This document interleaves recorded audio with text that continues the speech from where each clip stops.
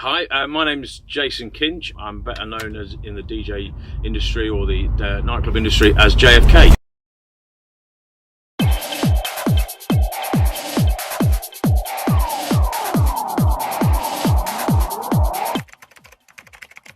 When I was at Rawlins, which is a school that I was at, they had some decks in the sixth form, and they just had some decks where students used to be able to just go and play music at lunchtime or whatever. And I just seemed to be the one that always was putting on the music, and no one else was really bothered. So, and then a friend of mine was living across the road when I was about 16, 17. He owns like a mobile disco type thing, and I used to go and help him do that. It eventually progressed into him getting another set of decks, and I went on from there really.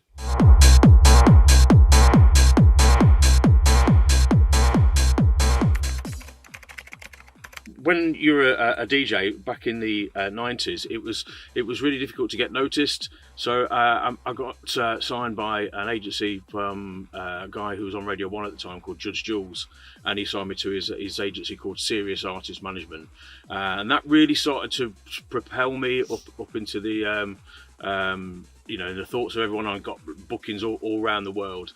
And in 2001, I got voted in number 35 in the top 100, the DJ top 100. So that was my proudest point really, because it was really difficult for British DJs to get into the top 100, and to be voted number 35 was pretty special for me. This is the best-selling record that JFK's done. I was in another band called Zant, Hot and Wet, and that went to the top 40.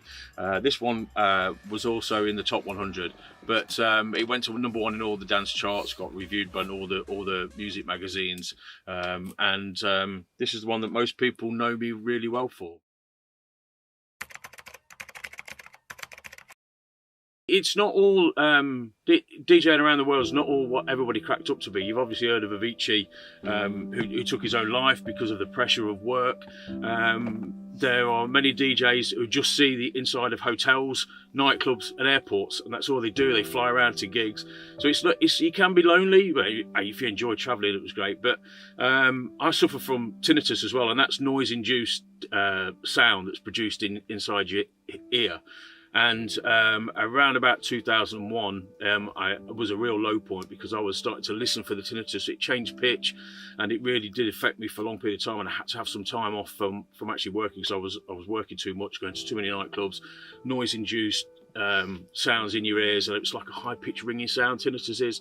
So that was pretty low at that point. I did need to get some help. And I got in touch with the British Tinnitus Association, who helped me deal with it. So yeah, sometimes you're not feeling like you're on top of the world one minute, and you're playing to the 5,000 people at these other times, and then there is low points where you just have to go and pick yourself up and be strong through it as well. Come on, Passion!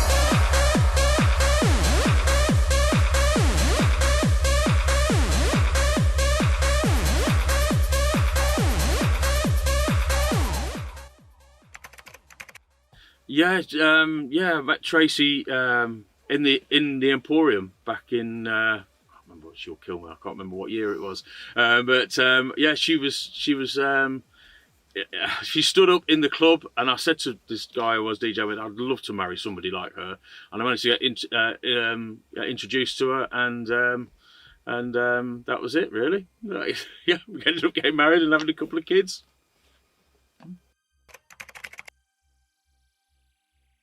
Well, I still run a club night called Passion. We do that 4 events a year for that.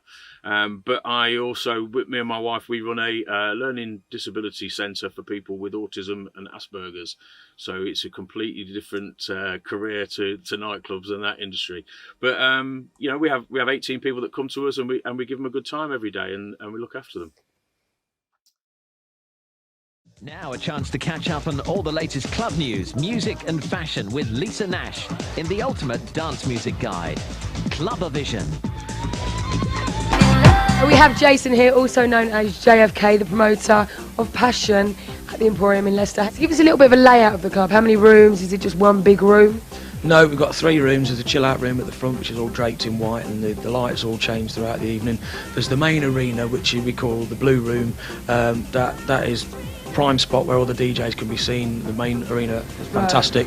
And then there's the back room, which is more on the garage tip, which is the red room. Can you just hear that cheering outside? Yeah.